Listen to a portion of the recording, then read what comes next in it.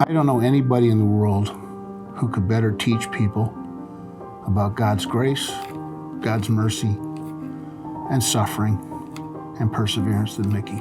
So often, we're in the dark, we're finding our way through, we have no idea how it's all going to turn out, but God is in the process of making good come out of evil.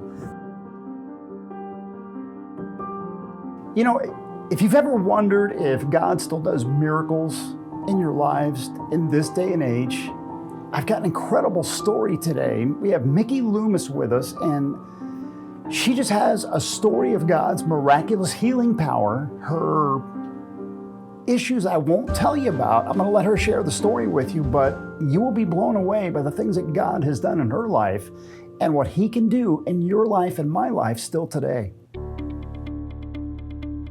The year was 1986. I was a happy and secure young woman who loved God. I taught artistic roller skating in the evenings, and I was a bookkeeper and waitress by day. Best of all, I had just gotten engaged to be married. This was a wonderful answer to prayer. I was so excited about my future. Not only would I be a wife, but someday I would be a mom. God was good, and life was awesome. In fact, I think everybody's life can be found in all the books of the Bible, reflecting the different times and seasons in their lives. What I didn't know is that the book of Revelation was just around the corner, only days away. In the matter of a split second, the time it takes to shatter a car windshield, my life would change forever.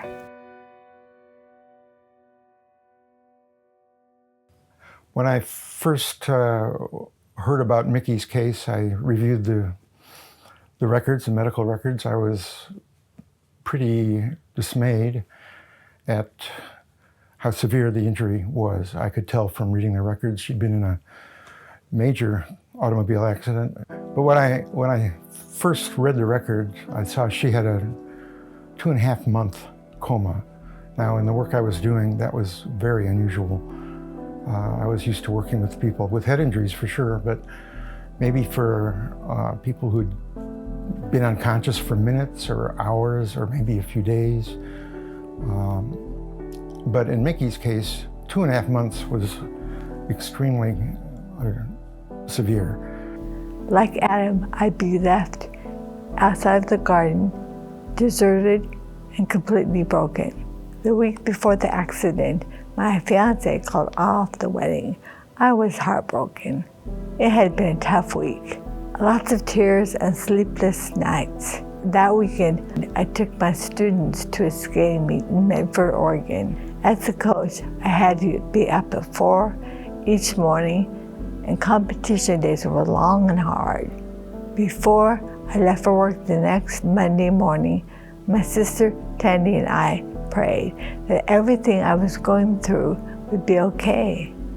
Off to work I went, but I never arrived. On the way to the restaurant, I ran a red light. My car collided with another car.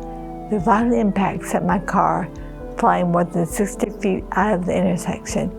I took a direct hit to the driver's side door.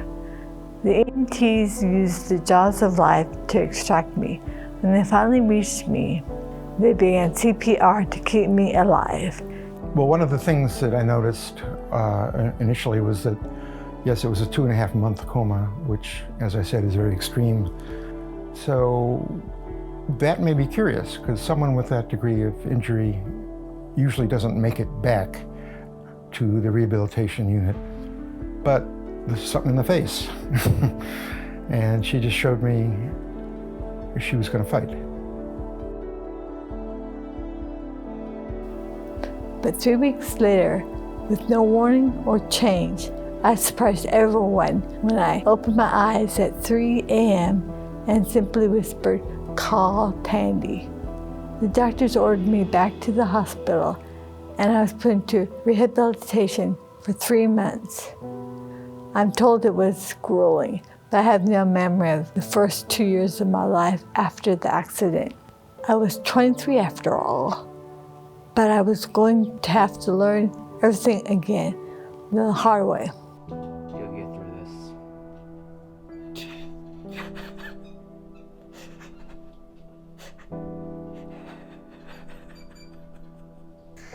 Well, I think for one thing, we don't expect to have tragedy, so they're typically unexpected.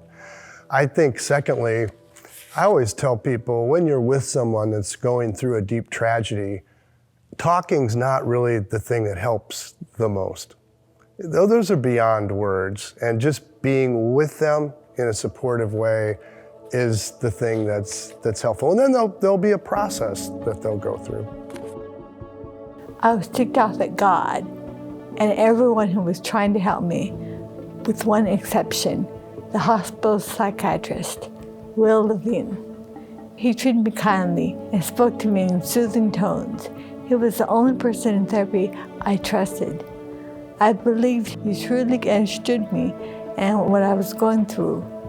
But to me, he became not just a friend, but my best friend in this very personal war I was waging against the world, God, and ultimately myself.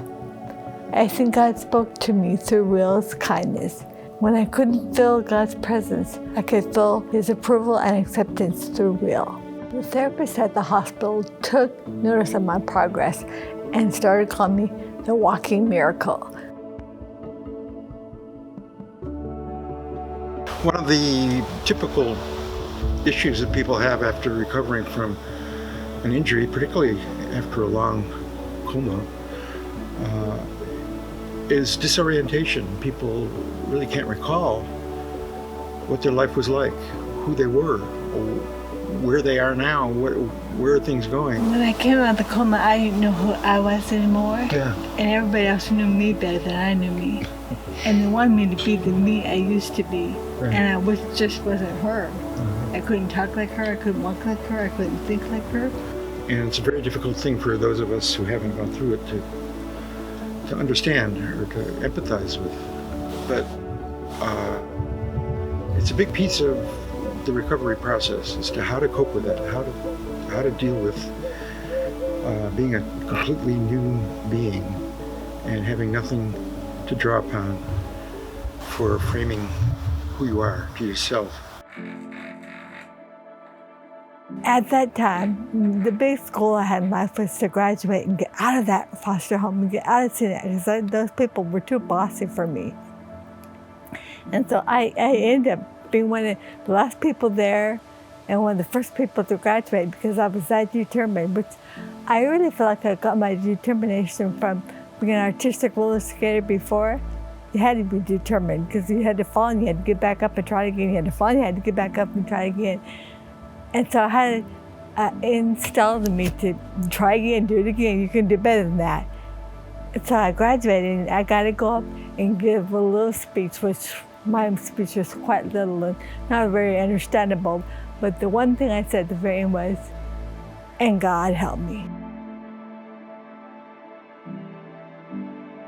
Once again, process is the key. You're going to go through a process. You're going to be impacted with whatever has occurred to the point where you're numb, you're stunned. And, it's sort of God's mechanism to help us just at the beginning. And then you slowly begin to merge out of that trauma. And then you slowly begin to think about what's taking place, how you feel about it, and ultimately begin to respond to it.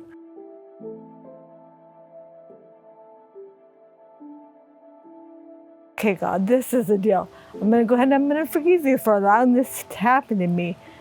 But God, I'll give you 10 minutes a day, and that's all. Not a minute more. And you fail me once, you're out, totally out, because I won't let this ever happen again, like I could help it. And that 10 minutes, I increased it. Okay, God, I'm going to go ahead and give you 15 now. You've been done pretty good so far, so I'm going to go ahead and give you 15. And then it just grew and grew, and as it grew and grew, I got better and better, and I got more driven towards going farther and doing better and getting well instead of being so suicidal and so disgusted with life and disgusted with God. And I felt mad and in love with God, And I talked to him every night for my attributed time, the time I decided was okay. And it grew way more. And that was the best time ever. And I remember the first time I actually felt joy and felt happy. I thought, well, this is a really weird feeling. I don't get this. I must have overdosed on my medication. But it wasn't that overdose. I just didn't know what it was like to feel happy. I didn't know what it was like to actually like myself or to like anybody else. I was so mad at the world and so mad at everybody in the world. It was so wonderful. It was a real blessing. After I was through therapy, I ended up meeting my ex-husband and got to be the bride that I always wanted to be. It didn't work out, but I got a wonderful gift because of it. So Daniel, I know that God has a purpose and a destiny for your life. I know He specially anointed you. He told me to have you, and He has a purpose for you. And I love you so much. Hello, my name is Daniel. I'm the son of Michelle Loomis. I'm here to give you some insight about her and our lives that as growing up. Looking back when I was a kid, the whole having a disabled mom did not really affect me mentally or anything, because she was just mom to me. She fought for me and for herself, because I didn't have a father or anything around me. So she worked her butt off working for me and for the household. Having to be disabled as a single mother, she didn't have very many job skills, so she chose the lowest job, dishwashing, so that I was able to go to a nice school. She worked all that time to bring down the tuition, so she's able to pay the tuition herself out of her own pocket. Some of the life lessons I've learned from my mother's life was that I should fight to the very end, no matter what's coming after me. Another lesson I learned was to stick with it no matter what it is, no matter how lowly or bad it seems, that there's always a light at the end of the tunnel. I'm so glad I got the opportunity to wash dishes and send you to that good school and get you a good education. Thank you, Mother, for everything. You're welcome, Daniel. Faithful, faithful, faithful is my Lord. Faithful, faithful, faithful is my Lord. I felt like life was at an end. The darkness rushing, closing in. But Jesus raised me up again. All I used to be was crushed. My song of joy and life was hushed. But Jehovah is my trust. He is my trust. I had already written a song called Faithful. Then I moved to Oregon, met Mikki, got involved in this project, and she needed a song. And so I offered that one, and we liked it for this video, but it needed more words that fit what was the storyline. And that's where Mikki came in. Do you remember all the words you gave me? And fit this and fit that and fit this and fit that. This sounds more like what it was like going through and stuff. I just added little bits and pieces, and she told me whether it worked or not. And we came up with verse 2. Mikki basically wrote the second verse of the song, and I fit it all together, played it at home, and I really like how it came out. It was much improved. Because I know you, and I know what you went through, some of it really struck me. All I used to be was crushed. Yeah. That struck me. I wanted to cry. when you had me write that in the song. Yeah. But that was straight from your heart. And that was the way I felt for so long. Yeah. And I wanted people to know what I really experienced and what I really went through. Yeah. But what God really did with it. And how God changed it all to His glory. Yeah. What I long to do most, two things: encourage the saints and see the lost saved. And so anything I write and anything I do, it's toward that. Whereas Mikki wants to go heal everybody. And she does. Truly, she's had miracle after miracle, miraculous healing. I love seeing God work like that. Yeah. And I love that He listens and His prayers or His word is true. And if I'm missing His words, He hears and He follows through with what He says. He's Amen. faithful God. Amen. One thing I noticed about Mikki when I first met her is she didn't ever allow her injury to become her identity. That's kind of crazy sounding, but it could be so easy for someone with this kind of traumatic injury to just allow that to become her identity. But from the minute I met her, her identity was in Jesus Christ.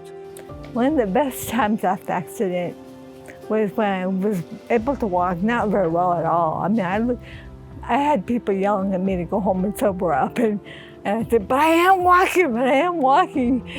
And I would walk down the stairs. There was this little restaurant, and I'd write letters to Jesus, and He was my best friend. One of the best times in my life.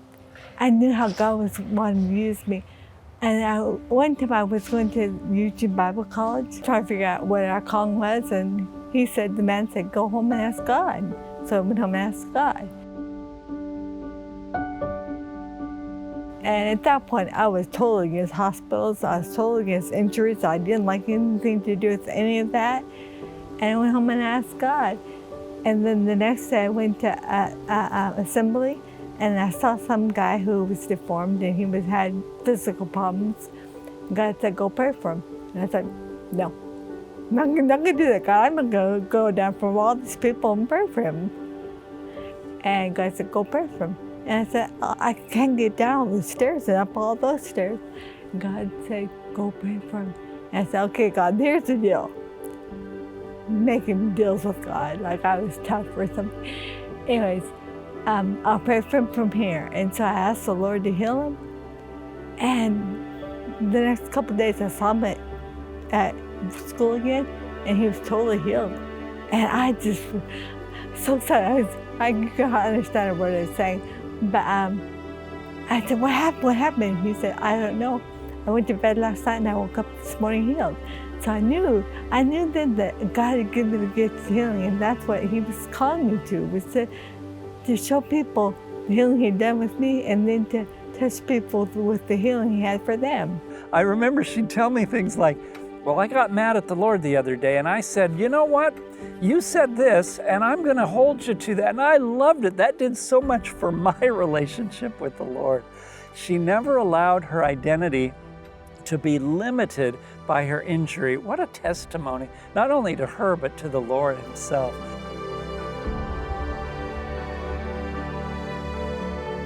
And while Mikki was up here taking a class after her accident, she clearly received a calling from God. And I've been thinking about this.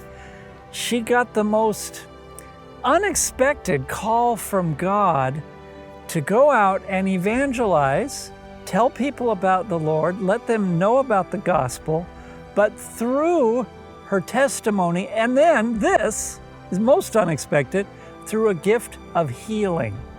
Now, she might have said, Lord, look at me. I'm going to go out and be part of a gift of healing. And He goes, hey, are you listening? This is that relationship she has with the Lord. Are you going to question me, Mikki? Are you going to? And of course she did it. And I don't know how many dozens of people that Mikki has prayed for, and they have received healing, not just physically, but also emotionally, and most of all spiritually, because she was obedient to follow that calling of the Lord that she received right here on campus at New Hope Christian College. Amazing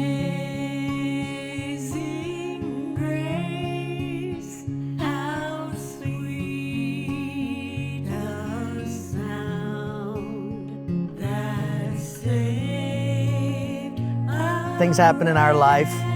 Seasons take place, setbacks, debilitations, and then we feel like we're throwaway. We feel like we're rubbish. Mikki's story is like that, where she, through a traumatic accident, was like a throwaway, maybe not only in other people's eyes, but probably in her own. And so she had to come and find her identity again, to find out what God was up to. And it was here at one of the classrooms where her life was changed. God altered her future through her understanding, gave her a glimpse of her tomorrow. I think Mikki's a great example, not only of perseverance, but also of what I'm going to mention now, and that is looking to God. Where do you find the strength to persevere when there's no signs of things getting better and over the long haul? And I would say one of the cardinal characteristics of Mikki's journey that I saw and heard consistently, she talked about God. God's helping me with this. God's helping me with this. And so I really think that's a big key of also looking to God. We'll feel the pain, we'll feel all the doubts and fears that we have, but also look to God.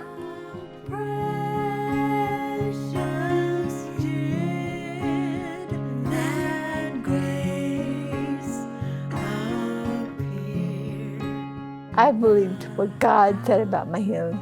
I would walk again. God had sent many people who would speak into my life. This was the beginning of God's call on my life to evangelize. I was hooked.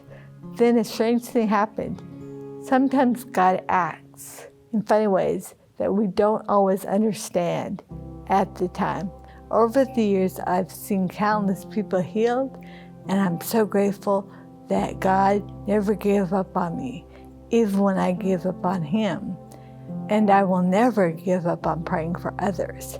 Over the years, none of these wonderful experiences can compare with my greatest blessing and treasure. My son, Daniel Loomis. He understands what it means to be a prodigal son, but God has set him aside for His own special calling. I couldn't be prouder. Thank you for watching my testimony. When I came out of the coma, I lost everything. I had no past, I had no present or future. I even lost my identity. But God, He restored it all back to me. And even more, He gave me healing ministry. I don't know what you're going through or what struggles you're having, but God can do the same for you as what He's done for me.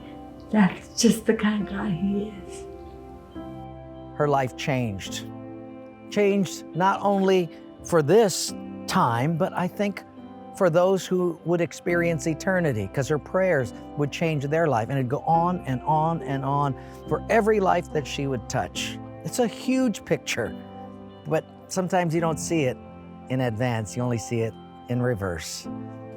As I stated at the beginning, I believe God has brought my life through the books of the Bible. Proverbs comes to mind when I think of all these wise mentors God brought into my life. And I certainly relate to Job's story of suffering and reward. But as I close my story, I want to mention that one book I encountered earlier in my life, the book of Revelation. It's a book that nobody escapes in this life. Revelation is about the ending of the age. And if Jesus tarries, we will all die and experience our own book of Revelation. For those who believe in Jesus Christ, this book holds great victory.